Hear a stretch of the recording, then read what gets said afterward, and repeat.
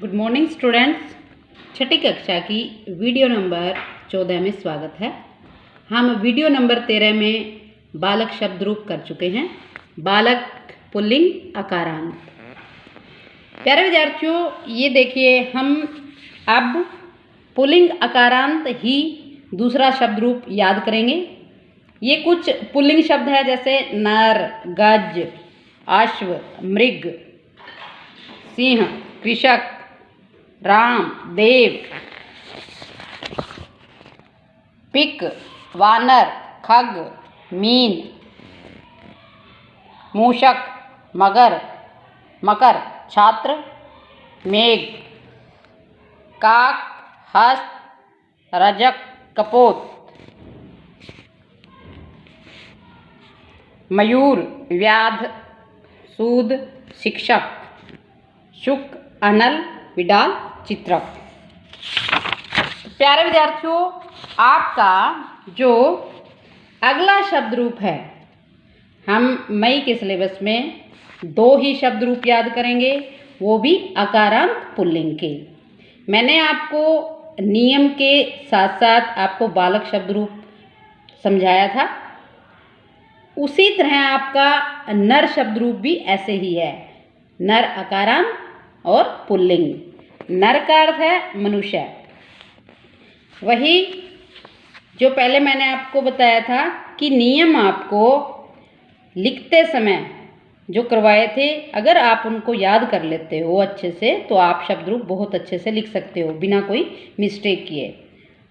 आपको ये भी बताया था कि हम विभक्ति लिखेंगे।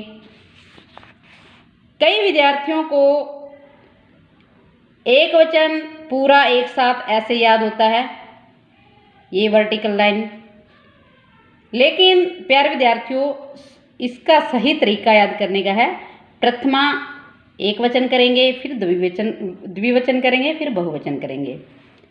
तो आज आपको मैं नर मनुष्य अकारांत का शब्द रूप उच्चारण सहित समझा रही हूँ। जैसा आप बोलोगे आप वैसा ही लिखोगे, तो ध्यान से सुनना। और जो आपको नियम इसका याद करवाने का लिखवाया गया था उसको याद करोगे तो बहुत अच्छे से आप शब्द रूप भी लिख पाओगे, याद कर पाओगे। प्रथमा विभक्ति प्रथमा। अब मूल शब्द क्या है? नर। अब नर हमारा क्या है? संबोधन तक चलेगा, यही वर्ड चलेगा, यही शब्द चलेगा।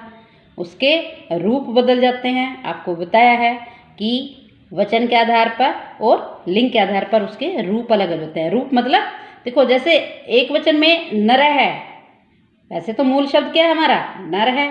लेकिन एक वचन में नर है, विसर्ग लग गया ना, और इसका उच्चारण भी बदल गया है। इसका उच्चारण जो है वो नरह पढ़ा जाएगा।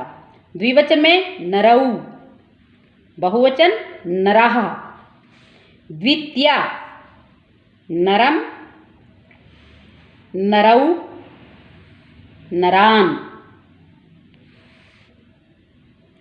तृतीया नरेण, नराभ्याम, नरैः, ऐ की मात्रा नरैः। चतुर्थी नराय, नराभ्याम, नरेभ्यः।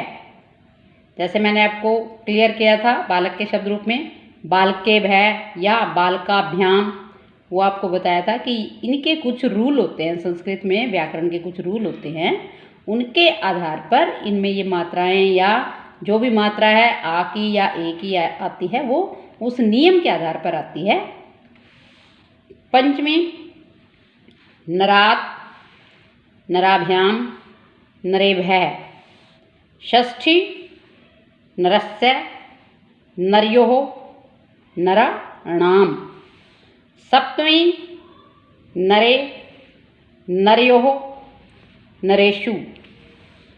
संबोधन हे नर, हे नरौ, हे नरः। अब देखिए विद्यार्थियों, आपने जो बालक शब्द रूप याद किया था वहाँ तृतीया में आपका बालकेन था, ण नहीं था। बालकेन नहीं लिखा था हमने, बालकेन। और ऐसे ही आपका षष्ठी बहुवचन में बाल का नाम था, लेकिन नर में क्या है? नाम।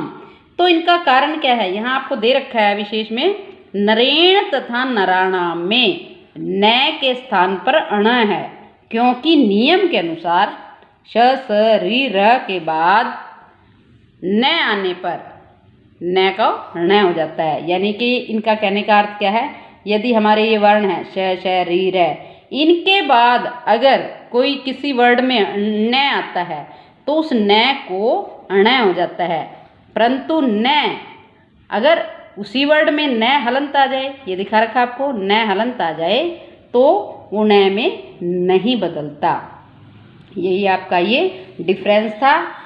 तो प्यारे विद्यार्थियों, आप सेम आपका वही पैटर्न है जैसे बालक शब्द रूप का था। नर आपका वही है, अकारांत है, पुल्लिंग है, इसी तरह बनेंगे उसके रूप भी। तो आप इसको याद करोगे और अपनी नोटबुक में लिखोगे। कई बच्चों को देखो द्विवचन तो आपका बहुत इजी है, बहुत इजी, आप इसमें मिस्टेक बिल्कुल नहीं कर सकते अगर ध्यान से देखोगे। देखिए जैसे प्रथमा में नरऊ है, द्वितीया भी नरऊ बन गई, दो एक जैसे हो गए, प्रथमा द्वितीया। तृतीया चतुर्थी और पंचमी में एक जैसे सेम वर्ड है, नराभ्याम नराभ्याम नराभ्याम। ऐसे ही षष्ठी और सप्तमी नरयो हो और हे नरऊ।